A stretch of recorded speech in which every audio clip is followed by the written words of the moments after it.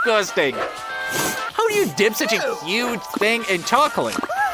Well, okay, let's start with the leaf.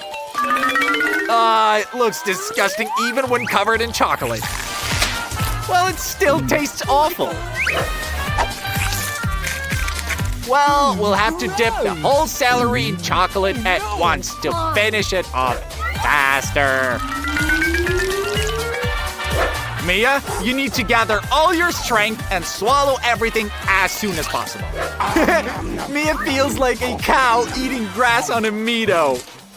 She'd rather have a cookie. There's only one piece left. And it's done. Good job, Mia. You now have such delicious chocolate mustache and beard. Oh, that wasn't nice.